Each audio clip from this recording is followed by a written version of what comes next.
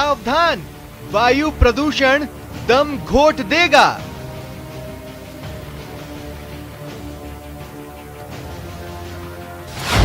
सावधान, ये जिंदगी कम कर देगा।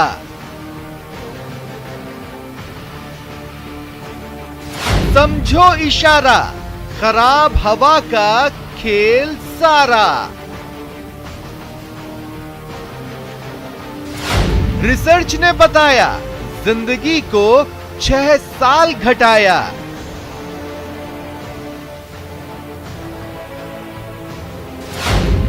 %40 हम जिएंगे 9 साल कम।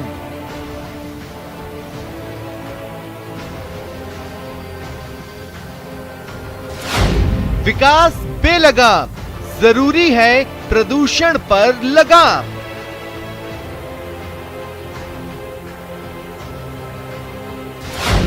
सावधान, दो ध्यान, वायु प्रदूषण पी रहा है आयु।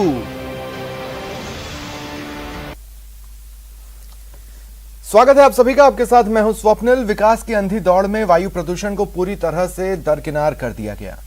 नगर नियोजन की योजनाएं बनती हैं, कागजों में दफन हो जाती हैं। शिकागो यूनिवर्सिटी की ताजा air quality life index AQLI report में दावा है कि अगर भारत में वायु प्रदूषण का स्तर 2019 जैसा ही बना रहा तो लोगों का जीवन 6 साल कम हो जाएगा। दिल्ली, कोलकाता समेत गंगा के मैदानी इलाकों में प्रदूषण की वजह से देश की 40% आबादी की उम्र 9 साल तक घट जाएगी। हवा के साथ कण यानी पार्टिकुलेट मैटर फेफड़ों में काफी अंदर चले जाते हैं। ये फेफड़ों के रोग, कैंसर, स्ट्रोक और हार्ट अटैक का कारण बन सकते हैं। आज इसी पर बात।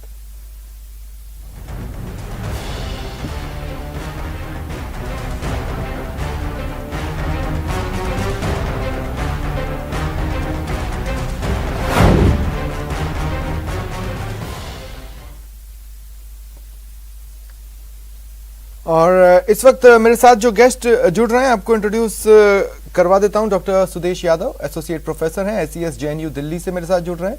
और डॉक्टर जॉय गार्डनर, पर्यावरणविद हैं। आप दोनों का स्वागत है न्यूज़ 18 राजस्थान पर।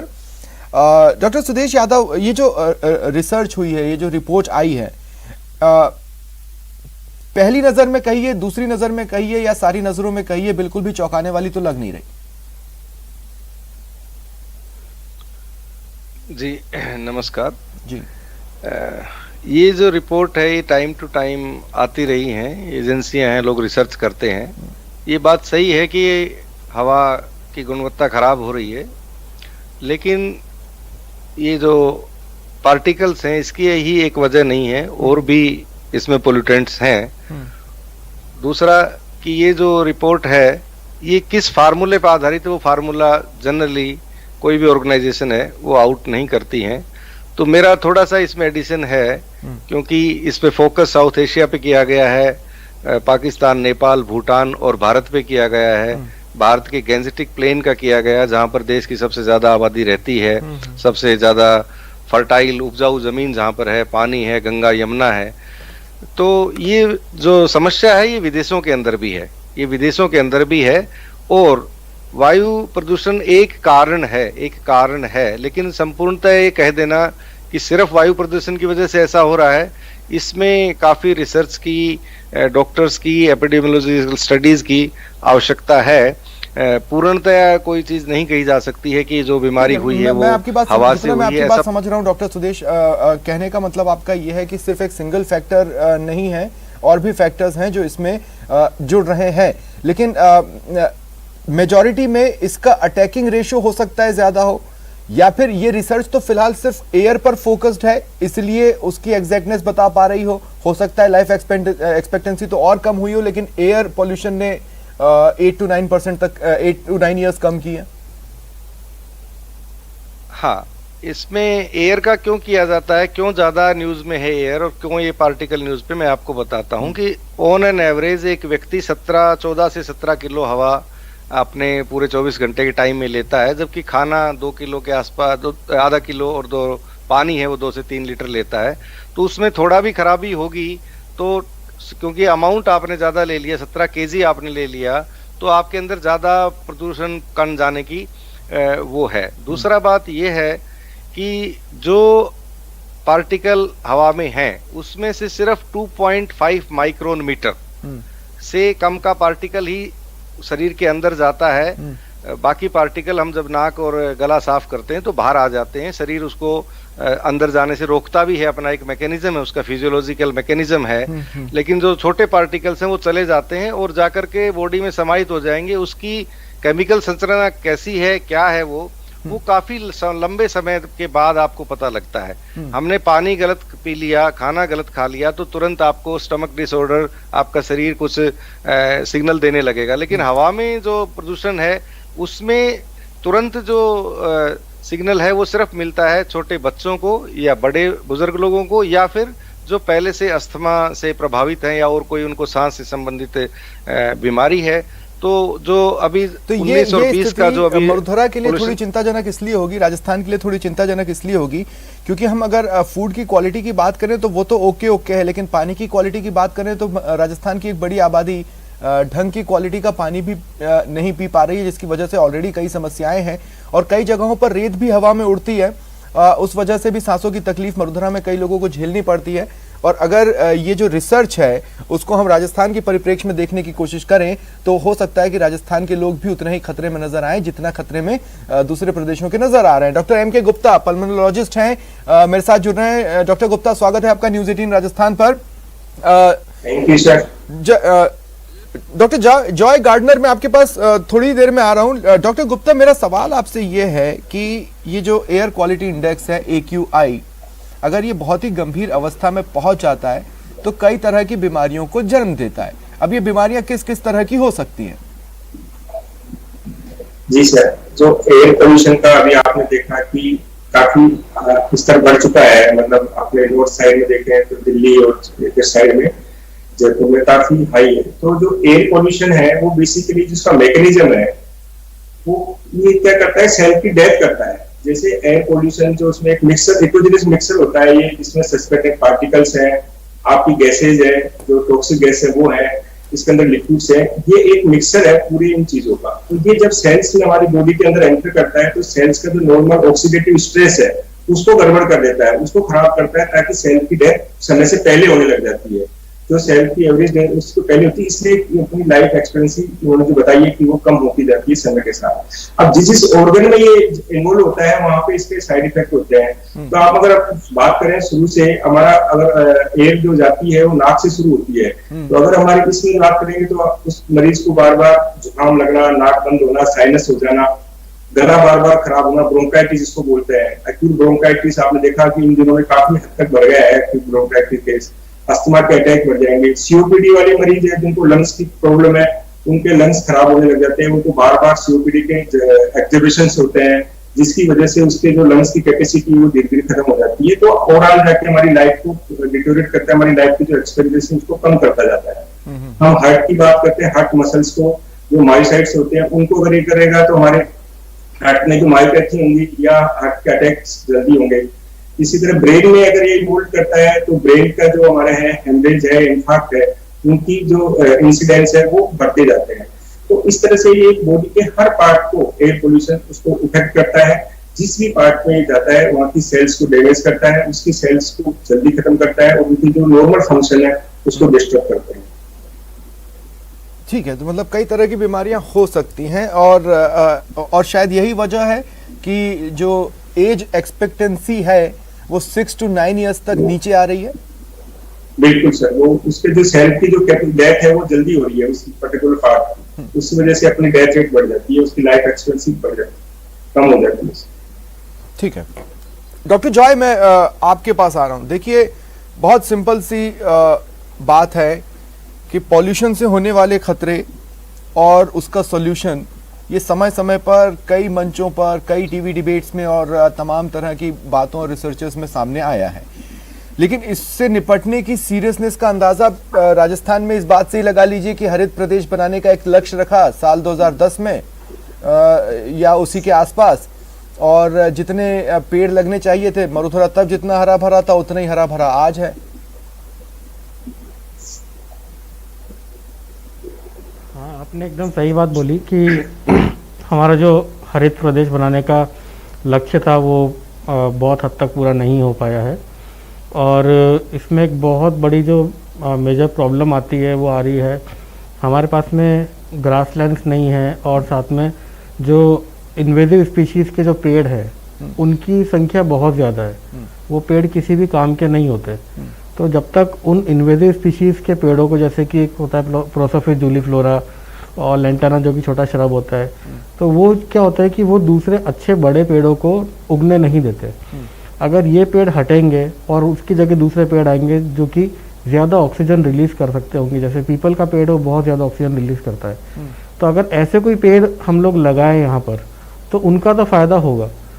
लेकिन अगर हम लोग खाली एक सैटेलाइट इमेज लेकर हम सोचें कि हमारा ग्रीन पैच हमको कहाँ पर ज़्यादा दिख रहा है और हम बोल दें कि हाँ राजस्थान के अंदर तो ग्रीन पैच ज़्यादा हो गया, तो वो ग्रीन पैच जो आपको दिख रहा है सैटेलाइट इमेज के अंदर, देखिए जो पहले 7.11 था वो मेरे ख्याल से अब 7.23 या 24 है, तो वो बहुत पॉइंट के बेसिस पर हुआ है। हाँ, अगर कुछ हुआ भी है तो वो क्या दिख रहा है, वो दिख रहा है जो इन्वेजिव स्पीशीज है पेड़ों की। अच्छा, जो नेटिव स्पीशीज है उनको हम लोग प्रमोट नहीं कर रहे, जो अच्छा ऑक्सीजन दे रही है, जो सॉइल के लिए अच्छी है, हम उनको प्रमोट नहीं कर रहे। हम लोग अकेशिया, ये जूलीफ्लोरा जो पेड़ है और लेंटाना जो पेड़ है, ये हर जगह लग रहा है, हर जगह पे वो ग्रीन तो दिखता है लेकिन वो सॉइल को खराब कर रहा है, उसके अंदर उतनी ऑक्सीजन वो रिलीज नहीं करता, वो सिर्फ जलाने के काम में आता है। तो प्लांटेशन प्रॉपरली होना एक बहुत बड़ा इसका एक बहुत बड़ा सॉल्यूशन है एक्यू इंडेक्स को कम करने का। ठीक है, डॉक्टर सुदेश, आपके पास इस सवाल के साथ मैं आ रहा हूं कि देखिए ये रिपोर्ट बार बार ये कहती है कि अगर 2019 वाली स्थिति होती, अगर 2019 वाली स्थिति ही रहती है, अगर 2019 वाली ही स्थिति बनी रहती है। 2020 में लॉकडाउन पीरियड में हमने देखा था कि देश के कई हिस्सों में ये जो इंडेक्स है उसमें सुधार आया और एक स्टार्टिंग पॉइंट मिलते लगा, लेकिन 2021 में जब हम इस रिपोर्ट को देखते हैं तो इसका मतलब यह है कि वहां पर जो बढ़त हमें लेनी थी वो दरअसल बढ़त हम लिए ही नहीं। देखिए, बात ये है कि आपने बहुत अच्छा है कि डिबेट तुरंत इस रिपोर्ट को लिया अपने चैनल पे, उसके लिए मैं धन्यवाद देता हूँ। और मेरा अनुरोध भी है कि आप बार बार करिएगा। मेरा अपना जो रिसर्च का शोध का क्षेत्र है वो आपका स्टेट ही है, राजस्थान। और मैं पिछले ऑलमोस्ट 20 साल से काम कर रहा हूँ और अभी भी कर रहा हूँ। जैसलमेर में अभी भी हमारा इक्विपमेंट्स मॉनिटरिंग चल रहा है। तो जो आपने कहा कि 70 माइक्रोग्राम आपने पढ़ा होगा, कि आम व्यक्ति को पता नहीं होता है कि AQI क्या है और ये कंसंट्रेशन क्या है, और वो जो कलर कोड है टीवी चैनल्स पे आते हैं वो हमेशा रेड, पर्पल और मैरून दिखाई देते हैं, वो कभी ग्रीन जोन में नहीं जाते हैं। मैंने 26 स्टेशंस का डाटा एनालाइज किया था, बाकी लोगों ने भी किया है कोरोना के दौरान, तब भी हम ग्रीन जोन में नहीं आए। इसका एक कारण ये भी है कि हमारा जो भौगोलिक स्थिति है जिसमें हम रह रहे हैं वहां पर उस चीज को उस रेंज के अंदर ले जाना असंभव सा है और हम नहीं जा सकते। निरंतर सरकार के प्रयास हैं, लोगों का भागीदारी है कि उससे पर गिर रहा है स्तर और चीजें सुधर रही हैं, लेकिन उस अंदर हम नहीं जा पा रहे। उसका कारण है कि हमारी भौगोलिक स्थिति ऐसी है। अब आपने अपने स्टेट की बात करी, राजस्थान की, लेकिन अब जब आंधी चलती है तो आपका जो ये 70 माइक्रोग्राम 70 बोल रहे हो, ये 700, 1000, 2000, 5000 तक चला जाता है। लेकिन कभी आपने नहीं सुना होगा कि राजस्थान में अस्थमा बढ़ गया, ये हो गया, वो हो गया। उसका कारण है कि वो पार्टिकल बड़ा होता है, एक तो शरीर में नहीं जाता, वो पार्टिकल प्राकृतिक है। और आपका जो जनसंख्या है वहां पर जो लोग रह रहे हैं वो कंटिन्यूअसली उसको एक्सपोज नहीं होता। आंधी चलती है तो लोग बाहर हैं या मुंह पे कुछ लगा लेते हैं, अंदर नहीं जाता। ज्यादा समस्या कहां पर है? जो लगातार उसको एक्सपोज है। जैसे जहां पर प्रदूषण है और छोटे पार्टिकल हैं, जैसे मैंने 2.5 और उससे नीचे माइक्रोन मीटर, मैं अपना हेयर का जो साइज है मैं आपके व्यूवर्स के लिए बता दूं कि करीब करीब 70 माइक्रोन मीटर होता है और हम पार्टिकल की बात कर रहे हैं 2 माइक्रोन, 1 माइक्रोन। तो आपका जो सर के बाल है वो ज्यादा बड़ा है उस हवा में पार्टिकल से, कई गुना ज्यादा बड़ा है। गेंजेटिक प्लेन का क्या बात है कि लगातार हवा खराब रहती है, लोग आउटडोर रहते हैं, लोग काम कर रहे होते हैं।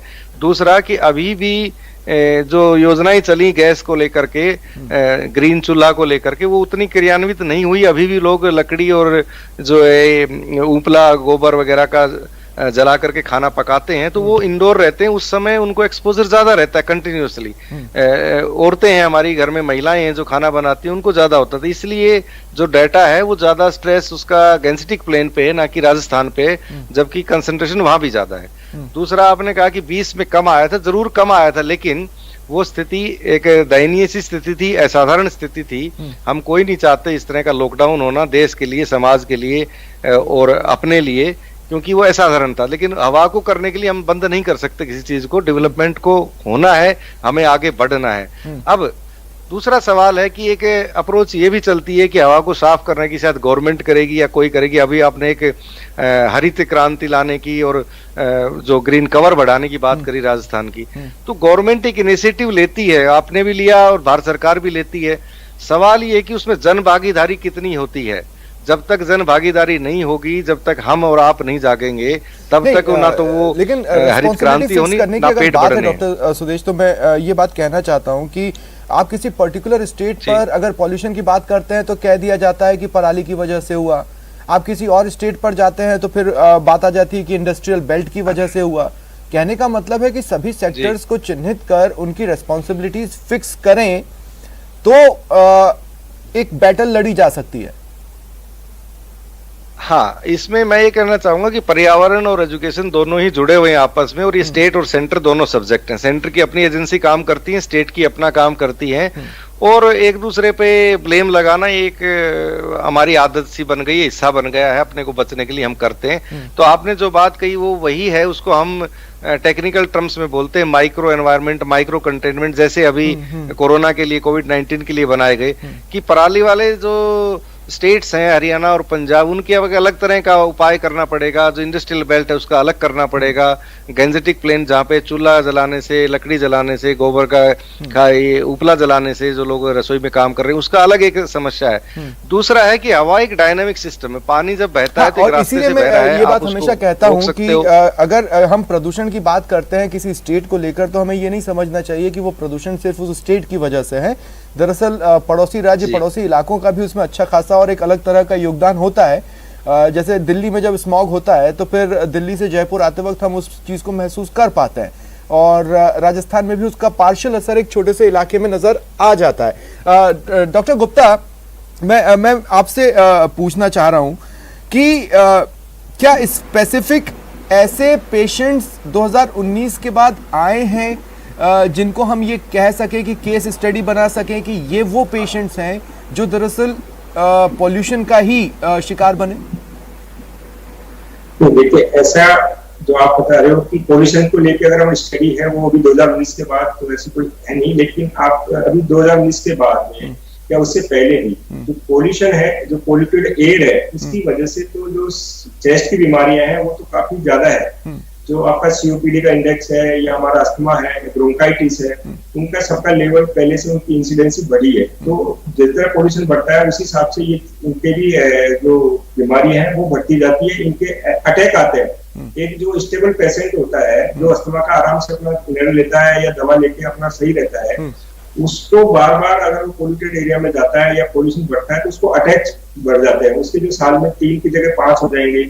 ऐसे सीओपीडी का पेशेंट है, अगर वो चूल्हा उनके पास जाता है, धुआं के पास जाता है तो उसको ये अटैक आने लगते हैं। तो इनकी जो इंसिडेंसी है, जो अस्थमा की, सीओपीडी की, ब्रोंकाइटिस की, वो इस पॉल्यूशन की वजह से बढ़ी है। लेकिन ऐसा जैसे कोई ऐसे नहीं है कि लेकिन रिसर्च अगर किसी एस्टिमेट पर पहुंच रहा है तो ऑब्वियसली उसने कुछ केस स्टडीज तो बनाई होंगी। ऐसा तो नहीं है कि उसने एस्टिमेशन सिर्फ ऐसे ही निकाल लिया होगा। इस लिहाज से देखिए, मैं अपने क्वेश्चन को रिफ्रेम करता हूँ। जैसे इंडिया में डायबिटिक जो पेशेंट्स हैं, कई को तो पता ही नहीं होता कि उन्हें डायबिटीज है। वो तो एक दिन अस्पताल ऐसे ही किसी और बीमारी को दिखाने पहुंचते हैं और उनको ये पता चलता है उस दिन कि हम तो भाई डायबिटीज के शिकार हैं। अब ऐसे बहुत से लोग हैं जिनको आज ये पता ही नहीं कि वो डायबिटीज वाले हैं। ऐसे ही मैं कह रहा हूं कि क्या ऐसा हो सकता है कि यूं तो हम जिम जा रहे हैं या देसी कसरत कर रहे हैं और अपने आप को फिट माने, लेकिन इस एयर पॉल्यूशन ने हमारे अंदर कुछ ऐसे चेंजेस ला दिए जिसकी वजह से हमारा लाइफ स्पैन 6 से 9 साल तक कम नजर आ रहा है एक रिसर्च में? हाँ, नहीं, मैं वही आपको पहले भी मैंने इसका आंसर दिया था कि लाइफ एक्सपेक्टेंसी कम होने का रीजन तो आपको मैंने बताया था कि मोलिकुलर लेवल पे जाके जब हम देखते हैं कि हमारी सेल डेथ हो रही है, हमारी जो बॉडी की सेल्स है वो खत्म हो रही है, तो लाइफ एक्सपेक्टेंसी तो कम होगी। आप बात कर रहे हो कि अपना इंसिडेंसी और सीओपीडी की जो हम बात करते हैं, जो हमारी जो बीच में स्टडी होती है, मेरा खुद का थीसिस था कि भाई राजस्थान में सीओपीडी का कितना लेवल है। तो अगर हम 1000 लोगों की बात करते हैं उसमें तो 10 से 12 लोग हमारा है, लेकिन इसका ग्राफ धीरे धीरे बढ़ रहा है। लेकिन ऐसा अभी आप जो बात 2019 के बाद ऐसी कोई स्टडी है, वैसे कोई ऐसे राजस्थान में या कोई ऐसी स्टडी भी पब्लिश नहीं हुई है कि अपन एयर पोल्यूशन को लेके पर्टिकुलर बताएं कि इसकी वजह से, क्योंकि अस्थमा या सीओपीडी होती है, इनमें एयर पोल्यूशन के साथ साथ और फैक्टर भी काम आते हैं कि और वजह से भी वो शुरू होता है, तो इन सबका मिक्स होता है। अकेला एक पोल्यूशन को अपन कह नहीं सकते कि इसकी वजह से ही सीओपीडी हुआ है या अस्थमा का अटैक आया है। What about allergies? एलर्जी तो बिल्कुल, एलर्जी एक ऐसी रिएक्शन है जो हमारी बॉडी किसी भी पर्टिकुलर पार्टिकल के प्रति अगेंस्ट रिएक्शन करती है। एलर्जी का जो मुख्य रूप से मानते हैं वो एक पोलन्स होते हैं, पराकण जो होते हैं वो एलर्जी करते हैं, या हमारा डस्ट जो होती है पूरा आउट डस्ट वाइट है। लेकिन इसके साथ साथ में ट्रिगर्स होते हैं। ट्रिगर्स वो चीज होती है जो हमारी एलर्जी को डबल कर देते हैं, जो हमारे सिम्टम को बढ़ा देते हैं। उनमें सबसे पहला आता है हमारा धुआं, स्मोक जिसको बोलते हैं, वो बहुत ज्यादा प्रभावित करता है हमारी एलर्जी को। उसके अलावा हमारा जो पोल्यूशन है वो भी उस चीज को बढ़ाता है। एलर्जी के सिम्टम्स से छींके आना, नाक बंद हो जाना, आंखों से आंसू आ जाना, गला खराब रहना, स्किन पे आपने देखा होगा कि स्किन पे एलर्जी हो जाती है। तो ये तमाम जो एलर्जी है ये पोल्यूशन की वजह से बढ़ जाती है। इसके अलावा जो खान पीन है उसकी वजह से एलर्जी बढ़ जाती है। और सबसे बड़ा जो आजकल का जो हमारा एनवायरमेंटल है उसको अगर हम देखते हैं तो उसकी वजह से भी एलर्जी पे काफी प्रभाव पड़ता है। तो एलर्जी एक ऐसा चीज है जो कि अस्थमा करता है, राइनाइटिस करता है, ब्रोंकाइटिस करता है। ये एक बॉडी का ओवर रिएक्शन है। अब मैं अपने दर्शकों को रिसर्च से जुड़ा एक फैक्ट बताना चाहता हूं। देखिए, जब भी कुछ रिसर्च होती है तो आप एक हाइपोथेसिस लेकर चलते हैं। हाइपोथेसिस मतलब मान लीजिए हम किसी चीज का बच्चों पर प्रभाव जानना चाहते हैं तो हम ये हाइपोथेसिस मान लेते हैं कि इसका बच्चे पर सकारात्मक असर पड़ता है। मान लीजिए ये हाइपोथेसिस है, फिर आप रिसर्च करते हैं और उसके बाद आप एक नतीजे पर पहुंचते हैं। नतीजे का मतलब ये नहीं होता है कि आपने रिसर्च उस हाइपोथेसिस को सच ठहराने के लिए की है। रिसर्च का मतलब ये होता है कि क्या आपकी हाइपोथेसिस सही है। नहीं है तो आप रिजल्ट में बताएंगे कि नहीं, सकारात्मक प्रभाव नहीं पड़ा, हमने जो रिसर्च की हमें नकारात्मक ज्यादा दिखा। और अगर सही हुआ तो ये एक सोने पे सुहागा की कंडीशन है। लेकिन बेटर रिसर्च को फुल प्रूफ तब माना जाता है जब अगर आपकी हाइपोथेसिस आपके रिसर्च के दौरान आपने नकार दी, इसका मतलब है कि आपने रिसर्च में मेहनत की है। ऐसे रिसर्चर्स बहुत स्वागत योग्य होते हैं। डॉक्टर जॉय, मैं आपके पास इस सवाल के साथ आ रहा हूं और मैं ये बता रहा हूं कि मैंने ये क्यों कहा। मैंने ये इसलिए कहा कि ये रिसर्च एक हाइपोथेसिस लेकर चला और इसका जो नतीजा है वो उसकी हाइपोथेसिस के आसपास आया है। लेकिन उसके बाद उसने एक सॉल्यूशन का खाका भी खींचा जिसमें उसने शब्द यूज किया नेशनल क्लीन एयर प्रोग्राम, मतलब हमारे केंद्र सरकार का नेशनल क्लीन एयर प्रोग्राम। अब इस रिसर्च ने उसकी सराहना भी कर दी, लेकिन साथ ही इफ वाली बात जोड़ी है कि अगर यह प्रोग्राम सफल होता है तो हम आने वाले कुछ समय में इस रिसर्च के जो परसेंटेज हैं या जो ईयर एक्सपेक्टेंसी कम हो रही है उसको सुधार सकते हैं। लेकिन नेशनल क्लीन एयर प्रोग्राम का कोई इंपैक्ट एज सच फिलहाल क्या आपको दिख रहा है? अभी तक तो एज सच कोई इम्पैक्ट नहीं दिखा। और आपने सही बात बोली थी, कोरोना के टाइम पे वो हमारा AQI लेवल कम हो गया था और उसके बाद जो वो वापस से बढ़ना शुरू हो गया। और जो ये रिसर्चेस होती हैं और जो हाइपोथेसिस होती है वो हाइपोथेसिस एक परिकल्पना होती है, उसको हिंदी के अंदर हम लोग बोलते हैं परिकल्पना। तो ये परिकल्पना कब होती है कि आपने सोचा कि यहाँ पे एयर पोल्यूशन कम हो रहा है या एयर पोल्यूशन ज़्यादा हो रहा है, तो आप एक परिकल्पना करोगे अगर एयर पोल्यूशन ज़्यादा हुआ तो उसका असर इन चीज़ों के ऊपर होगा, अगर नहीं हुआ तो फिर ये चीज़ें नेगेटिव में जाएगी। वो होता है नल हाइपोथेसिस। तो जब ये हाइपोथेसिस लिखी जाती है तो पहले से ही सोच के बैठते हैं कि इसका एज के ऊपर असर होगा और उसके ऊपर ट्रैक के ऊपर फिर रिसर्च की जाती है। तो इन्होंने ये रिसर्च करी और उसके अंदर ये पकड़ में आया कि हाँ एक्चुअली इंसान की एज जो है वो उससे कम हो रही है। अभी डॉक्टर साहब ने बताया कि जैसे ब्लड वेसल्स हैं वो पतले कम हो जाते, छोटे हो जाते हैं और उस वजह से काफ़ी सारी प्रॉब्लम्स आती है, हार्ट की, लंग्स की डिजीज होती है। तो ये सब बातें उस रिसर्च के अंदर भी निकल कर आई। लेकिन क्या आपको ये नहीं लगता कि ज्यादातर जो प्रोग्राम्स हैं वो सिर्फ पौधारोपण कार्यक्रम आयोजित करने तक सीमित हो रहे हैं? मेरे कहने का मतलब ये है कि आपको एक ऐसी होल पॉलिसी बनानी पड़ेगी जिसमें आप इंडस्ट्रीज पर भी जिम्मेदारी डालेंगे, उनकी रेस्पॉन्सिबिलिटी तय करेंगे, आपको हर एक इंडिविजुअल की एक रेस्पॉन्सिबिलिटी तय करनी होगी और उस पर पनिशमेंट का प्रावधान करना होगा जो कि जल्द से जल्द हो। नहीं तो जो सिस्टम की पहचान हमारे इंडिया की बनी हुई है वैसा ही सिस्टम बनकर रह जाएंगी ये पॉलिसीज। जल्द से जल्द तो सर इसके अंदर कुछ भी नहीं हो सकता। ये क्लाइमेट जो चेंज है हो रहा है, ये जो पॉल्यूशन बढ़ रहा है, इसको बढ़ने के अंदर एक निश्चित टाइम लगा है। अगर आप आज की तारीख में चुटकी बजाकर कार्बन लेवल 0 भी कर देंगे, पॉल्यूशन लेवल 0 भी कर देंगे, तो अभी आप आने वाली आपदा को कुछ टाइम तक नहीं टाल सकते। ये है सच्चाई। लेकिन उसके बाद भी मैं आपको बताऊं, अभी सर ने बता दिया कि इंसानों को, मतलब हम लोगों को सबको सोचना चाहिए, हमको आगे आना चाहिए इन सब कामों के लिए। लेकिन मैं आपको सच्चाई बताऊं, जो मेजोरिटी ऑफ ये पॉल्यूशन हो रहा है वो कहाँ से हो रहा है? वो हो रहा है इंडस्ट्रीज से हो रहा है। और पॉल्यूशन कहाँ से हो रहा है? जो ये हमको थर्मल एनर्जी मिल रही है, हमारे घर में जो लाइट जल रही है वहां से मिल रहा है। लोग क्या कर सकते हैं कि ठीक है, बिजली को आप कम खर्च करो, पानी को आप कम खर्च करो, उससे आप इलेक्ट्रिसिटी बचाओगे तो वहां पे शायद पॉल्यूशन कम होगा। लेकिन क्या प्रॉपर मॉनिटरिंग हो रही है? जो EIA किया जाता है, इंडस्ट्रीज का EIA होता है। कोई भी इंडस्ट्री को जब उसको सेटअप करना होता है, उसके पहले एक एनवायरमेंट इम्पैक्ट असेसमेंट होता है। वो असेसमेंट सही ढंग से हुआ या नहीं हुआ, उसको कौन देखता है? कोई मॉनिटरिंग नहीं होती है। उसके बाद में उसको कुछ कंप्लाइंसेस दिए जाते हैं कि भाई अगर आप यहाँ पे 1000 पेड़ काट रहे हो तो आपको उस जगह पे 5000 पेड़ लगाने पड़ेंगे।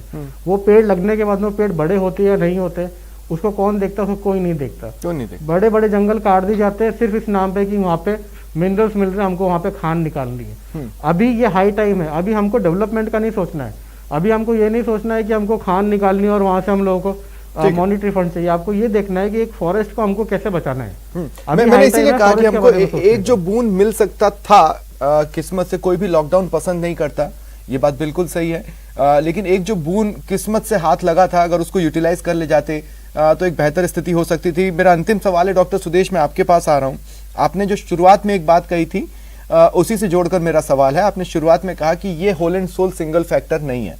इसका मतलब यह है कि जो रिसर्च में रिसर्चर्स ने जो हाइपोथेसिस ली, लगभग उसको साबित कर ले गए, लेकिन वो एक होल एंड सोल फैक्टर नहीं हो सकता, ये आप कह रहे हैं। इसका मतलब ये तो नहीं है कि हम इस पॉइंट को पूरी तरह से नकार सकें। इसका 1% तो ऐसा होगा, भले ही वो मेजॉरिटी में हो या माइनॉरिटी में हो, जो कि चिंतनीय है।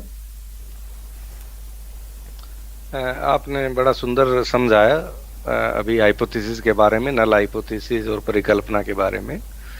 ये सही है कि ये माना जाता है कि एयर पोल्यूशन बढ़ रहा है, उसका एक डाटा है, उसका एक मॉनिटरिंग होता है, हॉस्पिटलाइजेशन के केस मॉनिटर होते हैं। अभी डॉक्टर साहब ने बताया कि ऑलरेडी किसी आदमी को कोई परेशानी है, वो बीमार है, उस ओल्ड एज है, या बच्चा है जिसका मेटाबॉलिज्म फास्ट है, ब्रीदिंग स्लो है, इन दोज केसेस ये जो पोल्यूशन हुआ है इसने क्या एक्सरेट कर दिया। बीमारी तो आपको पहले से थी, आपकी उम्र भी पहले से बढ़ी हुई थी, लेकिन अब आप क्योंकि उसको एक्सपोज कर गए, वो हवा जो ली वो प्रदूषित थी, तो वो आपको एक्सपोज कर गई। उससे क्या हुआ, नंबर ऑफ केसेस COPD के या पल्मोनरी के या हार्ट अटैक के या और इन्फेक्शन के, आर्थराइटिस के, कैल्शियम डेफिशिएंसी के, बिकॉज लेड जो है बॉडी में जाके कैल्शियम को हटा देता है, ऑस्टियोपोरोसिस कर देता है, वो बढ़ गए।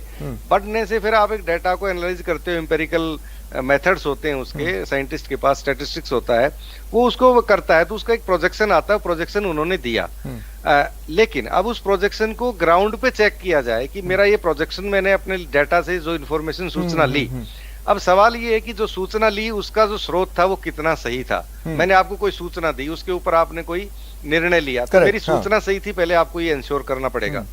तो वो एक पॉइंट है कि उसको क्रॉस चेक करना ग्राउंड के ऊपर, तो और थोड़ा नैरो डाउन होकर इसीलिए ये बड़ा इंटरेस्टिंग रहेगा कि जो रिसर्च हुई है उसकी फाइंडिंग्स तो सामने आई है, लेकिन रिसर्च किस तरीके से हुई और उसमें क्या क्या किया गया, ये जैसे जैसे और सामने आएगा उतना ज्यादा हम रिसर्च पर और मजबूती से भरोसा कर पाएंगे। लेकिन ये बात बिल्कुल सही है कि पर्यावरण खतरे में है और वो हमारी जान भी खतरे में डाल रहा है, और उसका कारण हम खुद ही हैं, तो रास्ता भी हमें खुद ही खोजना होगा। बहुत बहुत शुक्रिया आप तीनों का मेरे साथ जुड़ने के लिए, तमाम दर्शकों का मेरे साथ जुड़ने के लिए और इस चर्चा में शामिल होने के लिए, देखने के लिए। फिलहाल इतना ही, नमस्कार।